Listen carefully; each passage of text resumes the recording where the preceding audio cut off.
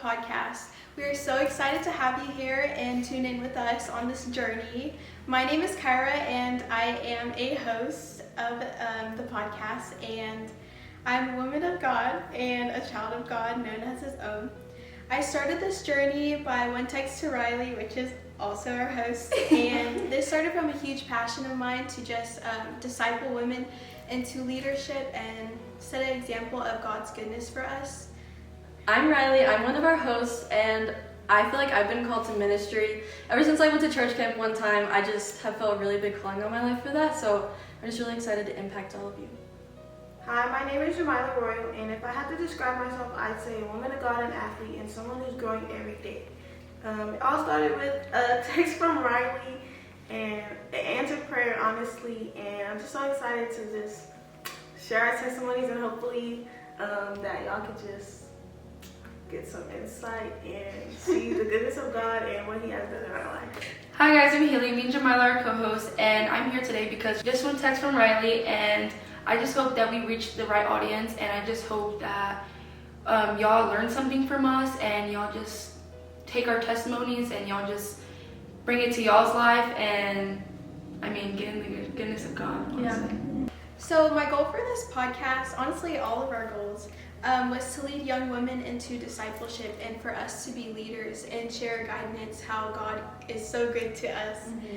And so this actually all started from a text that I sent to Riley, and it took me a while to actually step out and do that because I feel that I'm a little bit more nervous, and honestly I'm kind of more awkward, like I'm just an awkward person. And so yeah, it was a huge leap of faith, but I'm very excited to be here, and I'm thankful that I did do that because we have such a great group here of girls, and I think that this is going to be really good. I pray that we can all just get our spirits out there and our testimonies to be able to share and guide how to get through those moments as God has helped us through those moments. Yeah, so Kyra reached out to me, and it was kind of weird because I had a feeling that I wanted to start a Bible study, so when she reached out to me, I was like, this is literally the perfect moment, and it's a perfect mix of the two. So I was really excited, and then there's just so many little coincidences between us, like the verses, the school, the hoodie that you told me. Oh my gosh, so there's actually no one that has the same hoodie as me except for her. And whenever I looked at her account, she actually has the same Bible verse as me too. And I was like, this is so really weird. Cool. Yeah, there's been a lot of little coincidences, but it's been a really blessed friendship so far, and all of these girls, meeting them and getting closer to them, it's gonna be great, and I'm really excited to grow with y'all. So bear with us as we get our testimonies out, because honestly this is our first time doing this, and I think a lot of us are just a little bit nervous, and we kind of are going to go off our notes because from our head, there's just so much to cover, so just bear with us. Okay, like I said, I'm Riley. And growing up, I was kind of in and out of church. It was never serious. I went to Sunday school, but even getting older, I didn't even know Bible stories, and I never really knew who Jesus was. So I don't really have much of a background, but I also grew up as a dancer, and I think with that being the focus of my life, it made that my firm foundation, and it was not a good foundation. It was crumbly. It was bad, and I kind of just made dance my idol, if that makes sense. It was my God in a sense, which is horrible to say, but it's true. And yeah, it just caused me to really fall into a dark place, especially when I got older in middle school, freshman years. And eventually I was trying to fill a void in my heart, so I would again try to fill it with dance. And then freshman year came, and I tried to fill it with some other things that I probably shouldn't have filled it with, which I'm not gonna elaborate on. But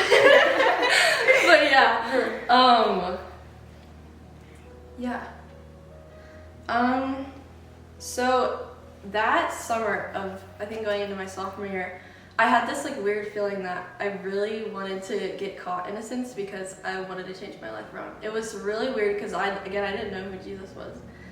It was almost now looking at it, I feel like my spirit was crying out, in a sense, because I was just in a really bad place. I hated myself, and if you're a dancer, looking at yourself from hours in a mirror every single day is not good for you. It really ruins a lot of like your self-worth and how you think about yourself. Especially as a young kid, like I can't believe I was having those thoughts. But yeah, so I eventually did get caught, and it was sucked in the moment, but I mean, it was all part of God's plan and seeing what happened after. So I went to a new school my sophomore year, and I met a boy, and he grew up in church. He wasn't very locked in at the time, but neither was I, so, we didn't really care. But, he started taking me to church, which was crazy, because, I haven't been to church in 5 years almost? Honestly, more than that. So that was crazy, and he kind of just got me curious. And his parents they've impacted me so much. I mean, they're kind of like my second parents in a sense, and I feel like sometimes they've cared for me more than my actual parents. I love you. When you finally give up your flesh, you feel at peace and whatever. So, senior year comes. I think that's where I'm at. Yeah, this year's been great. I feel like the Lord's blessed me in so many ways, especially with my team and getting to minister to them.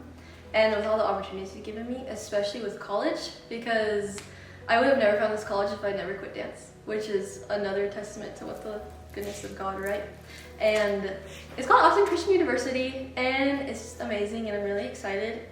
And yeah, that's about it. So, Yay. Good job, Riley. So proud. That was good. Okay, oh my gosh, I guess I'm got it, next. Kyra.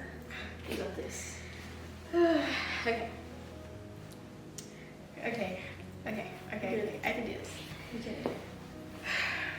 Okay, so for my testimony, I would say growing up was really hard.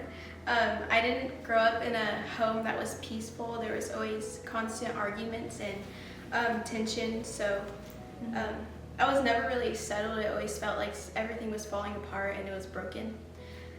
My dad wasn't present in my life a lot due to him being in and out of jail, so whenever he was there, it was a lot of unfaithfulness and instability to my mom, and not just my mom, but us as well.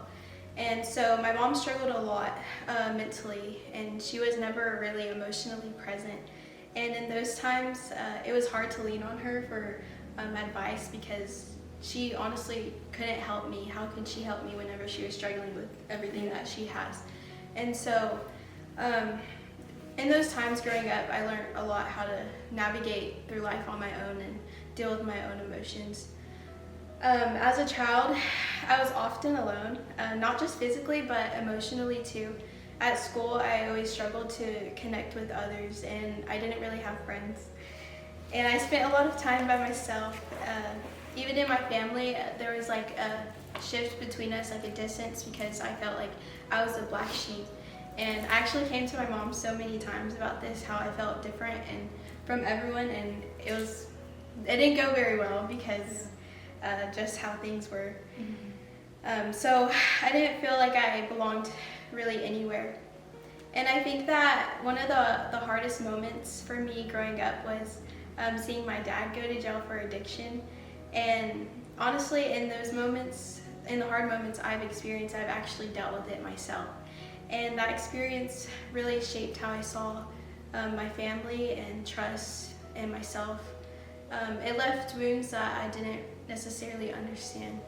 And so as I got older, the things didn't get easier at all. They actually just changed. So I became more isolated, and even whenever I was around people, I struggled deeply with insecurity and especially how I saw myself. That turned into anxiety and depression, and there were moments where my thoughts became really dark. That kind of sounds emo, but it's No, but true. I understand that a lot.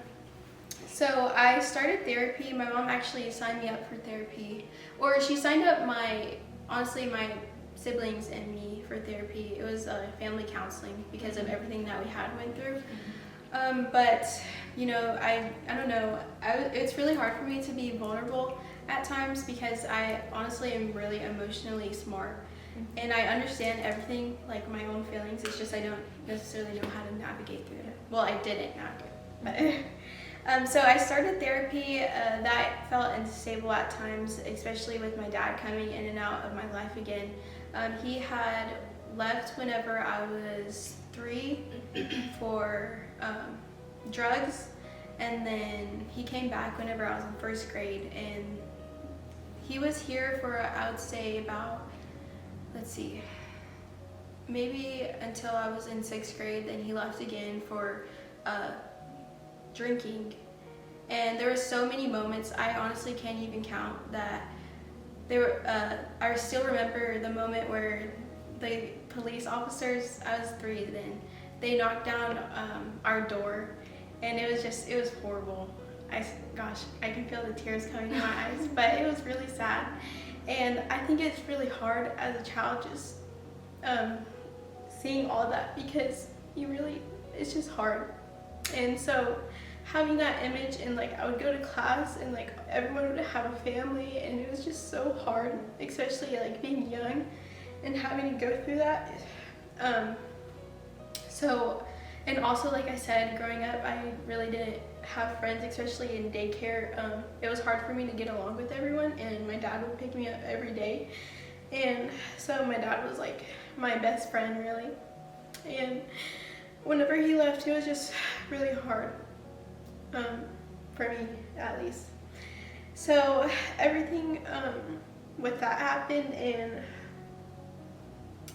the cycle just continued. He left again whenever I was in 6th grade, and that's kind of where there was like this huge shift upon me, and where I started getting addicted to drugs. And it was actually really sad, because my grandma was in the hospital. My mom, the week that I got caught, my grandma was in the hospital, and it was actually because of drugs. I mean, not drugs, sorry. It was because of her smoking and cancer. She actually died, and then they brought her back to life. So that was a lot, and my mom was gone, so we were staying with my dad.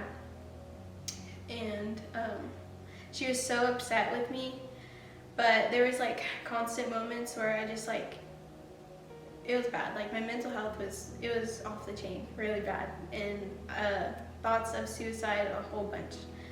And so I turned to things that I really shouldn't have, trying to cope with the depression in unhealthy ways, and I didn't know how to deal with it. And like I said, it started in elementary. So later on after that, whenever I started pursuing volleyball, I tried to find confidence through the sport, but even that became something that I struggled with too, because my confidence issues followed me there. And I eventually walked away from it, which was actually this past year, because my coaches were like, Kyra, like you're lacking a lot. We can see it through your mental state, and I just had to tell them like everything that was going on, and that eventually led to me stopping playing. And so my mental health was a huge battle, like especially over the past year, because I don't know, it's like a constant loop, you know?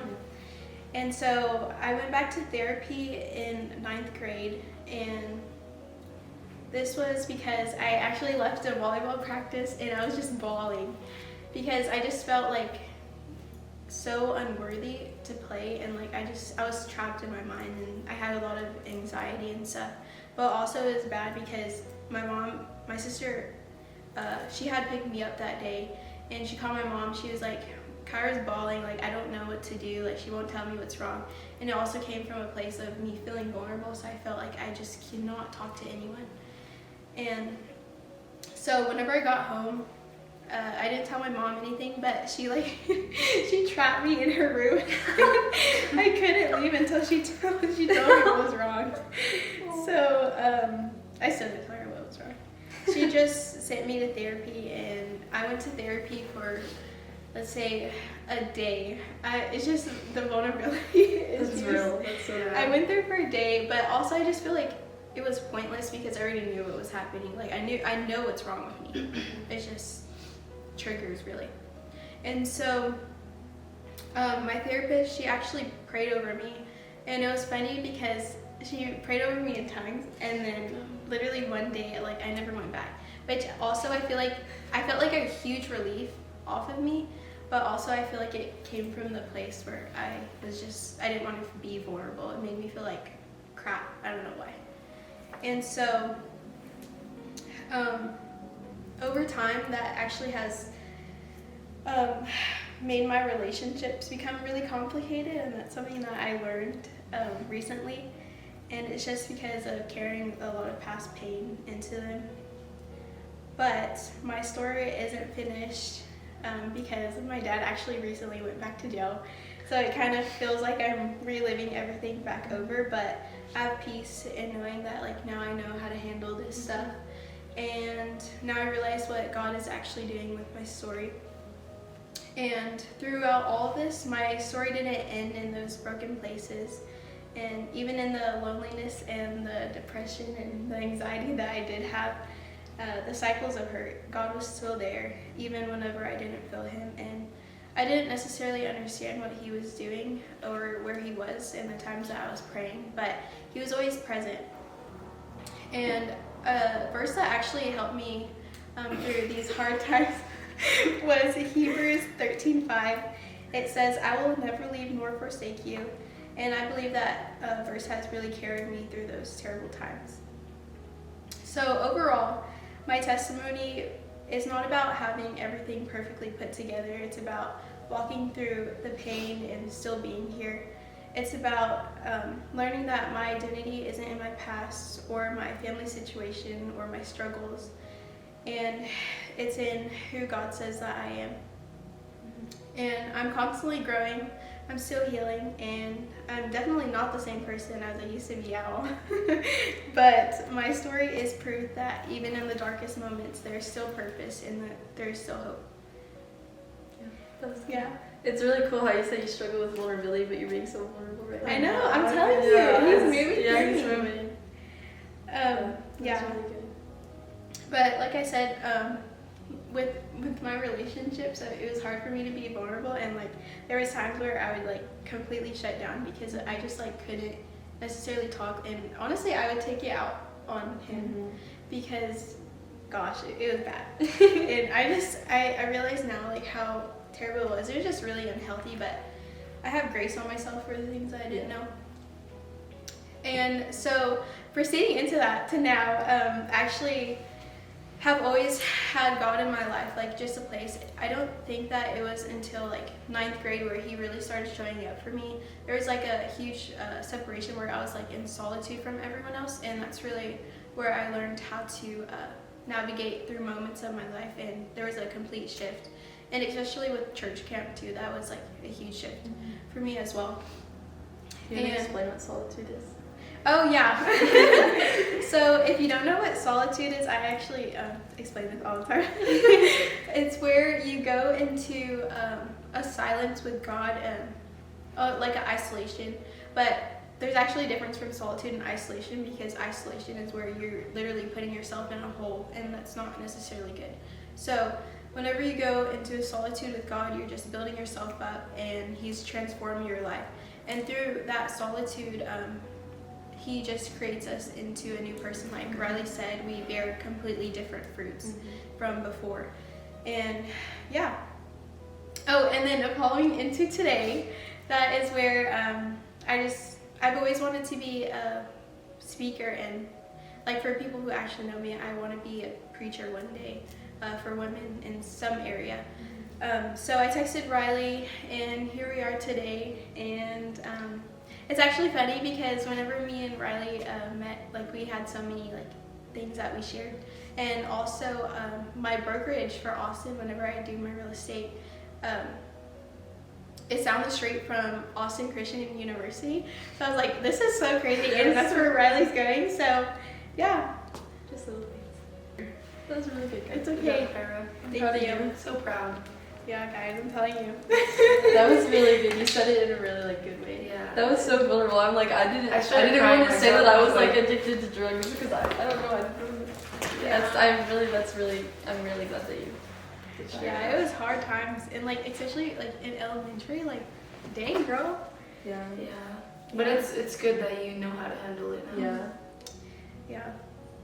That was really good. That was really good. Thanks. Loki was reading off of my notes. No, but it was good. Like you couldn't tell. Yeah, you just kept going like back and forth. Okay. No, yeah. It's like A moment that really changed me from what I've came from to now, I would say feeling set apart from my family. Just going to church every day with my family when I was younger to now, which is like not really. Going to church alone and then seeing other families there, it really, literally, I don't even know how to say it. Like, yeah, it's hard. But it all started, I went through a relationship that I really questioned myself in, and it obviously ended and left me feeling unworthy, and it affected my confidence in a way. Of course, I started questioning my value and why it even happened and why God put me through that. But in that place, I felt like I heard God calling me, and I was desperate for Him. I didn't really have answers about like what this calling was. It's okay to cry. I don't want to cry.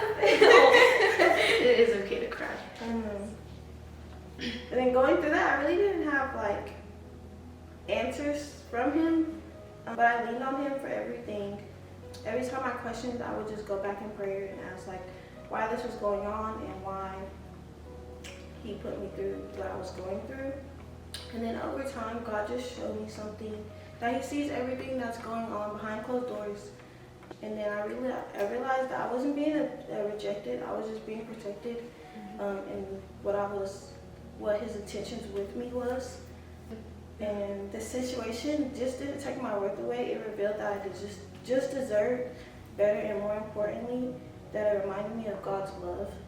Around the same time, I'm gonna go back, but I felt alone in my faith, and I was going to church for myself, praying my family would see something different in me, and then they would just see the light that God was shining through me. 2025, I got the opportunity to serve at a church camp.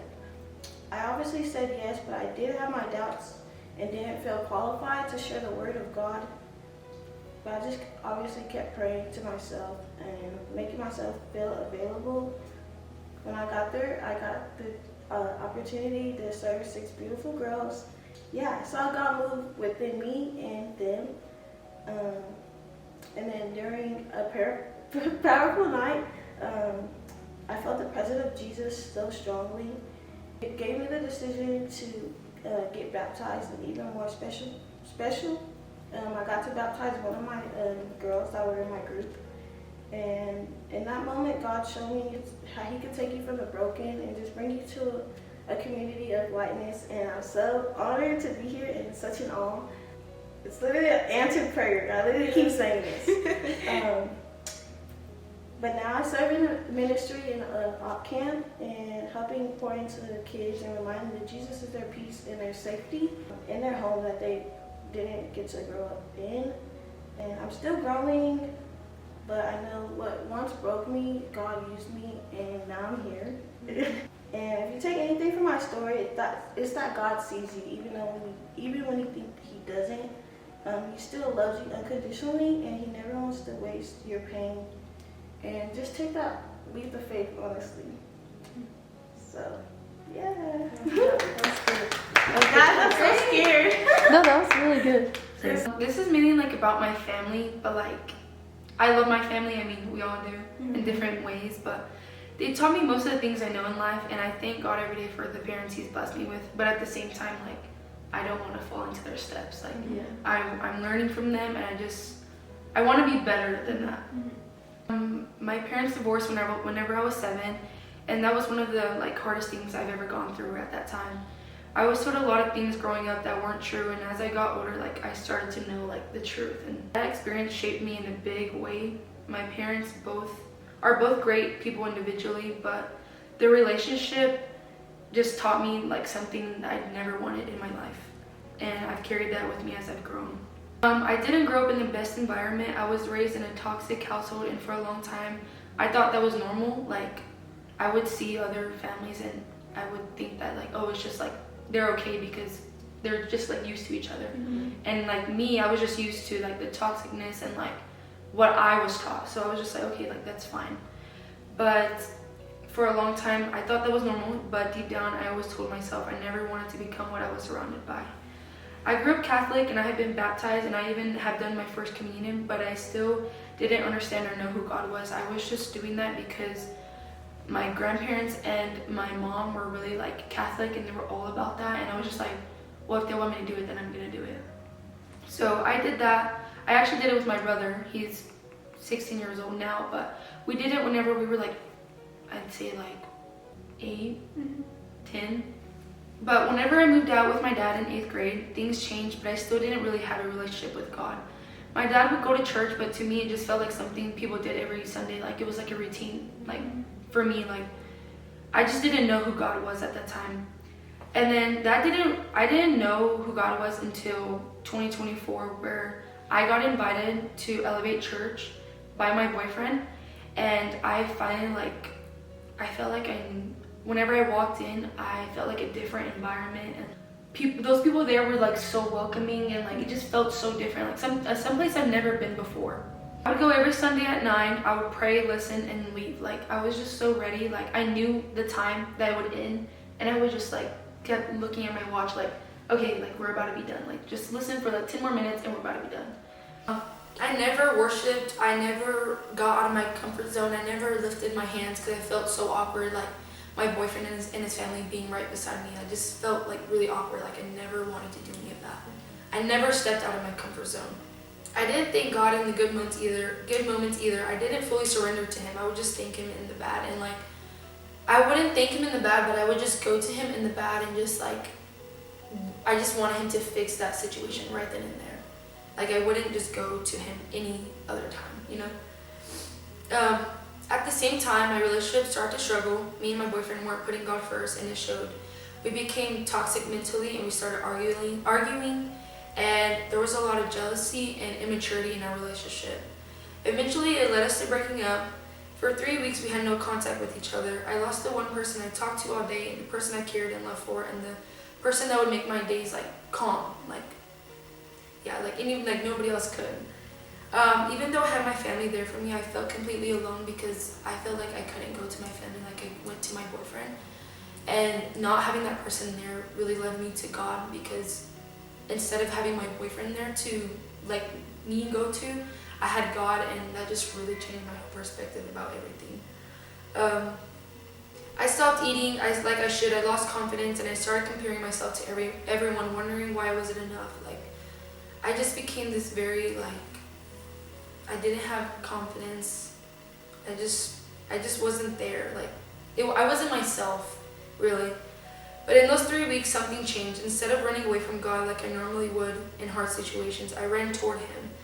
I started going to church more Sundays, Wednesdays, even young adults every other Thursday. And for the first time, I wasn't just attending, I was seeking him. During that time, I started noticing something I had never paid attention to before. God was really speaking was speaking to me through other people.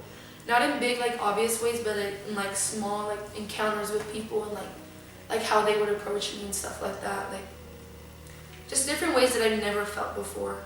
One Sunday, I did sit in a completely different section than I normally did, because me and my boyfriend and his family had like our own section, and I just didn't want to be around that. I just wanted to be completely far from him and his family.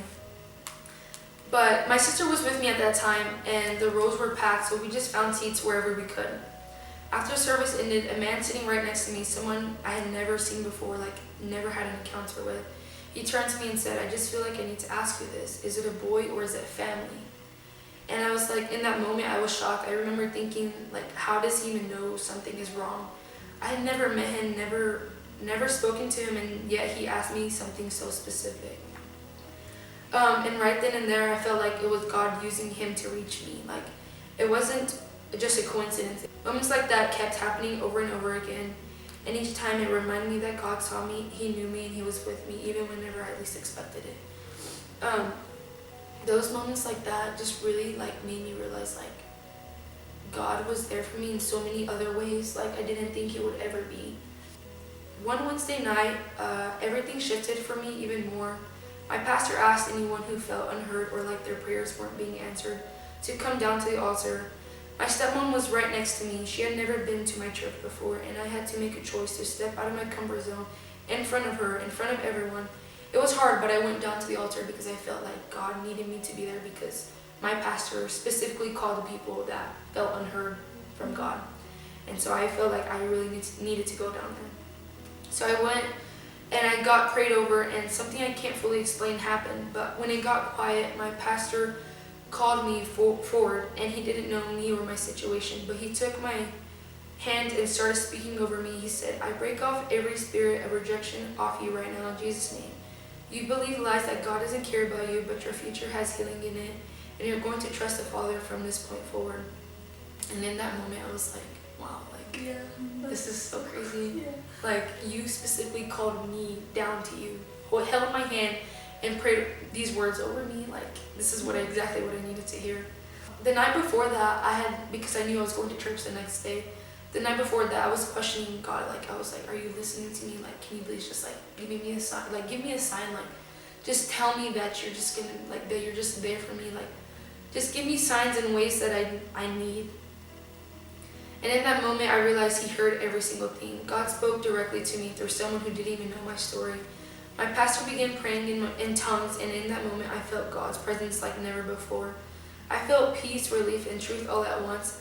That's when I knew I didn't want a life without Jesus, and that's whenever I fully surrendered to him.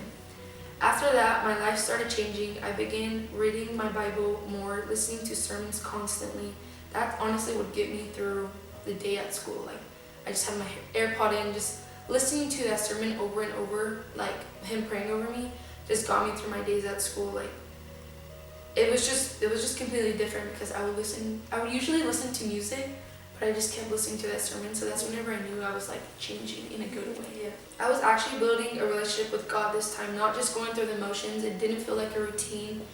I was stepping out of my comfort zone in so many ways at church and in my house. Like in my household, we don't really speak about God, but like I feel like I would get out of my comfort zone to tell them like what I was going through and like how I had so many encounters like with people and how they would speak to me. So like I feel like I was getting out of my comfort zone in so many ways. I met new people in my church. Eventually it led to me and my boyfriend getting back with each other. I really do feel like the time was right. It didn't feel rushed or anything, but we had talked again, we had gone back together, but this time it was completely different. Like, we both had time to grow, and now we're learning to put God first in our relationship. Our relationship is not perfect, but we're still growing individually and also like with each other. I've noticed that it's healthier than it's ever been. Looking back at the breakup, the pain, and everything I went through, it all led me closer to God. What felt like one of the worst moments in my life turned into something that saved me in so many ways that I needed. And now I see things differently. I see the good in situations instead of just the bad. I trust God's plan even whenever I don't understand it. And my testimony isn't about having a perfect life or thinking that y'all need to have like this breakup or situation that I've gone through. It's just, I just want to speak to y'all and like, I want my testimony to reach y'all and know that y'all are never alone and that God is always right beside y'all, and that if you choose him every single day, that he will choose you, and even whenever you don't choose him, he will still choose you. I just hope that my testimony really brings y'all to God even closer, and I pray y'all have a testimony as well. Yeah. That's good. That was really good.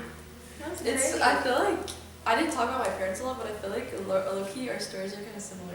Cause Gavin's my first boyfriend, and he's always like, I don't know, understand why you're so good in a relationship, but I feel like I've had an example of what not to do, and I really understand that. And I think your testimony, that was really great, Haley. It was really cute. That's so cool how God spoke to you like that. Yeah, it's really crazy. Like whenever you talked about the man, I was like, Yeah, the one part was here. She was here. Oh my god. Yeah, that's awesome. It's really crazy how God. Yeah, but I think it's really good too to be in a community like that.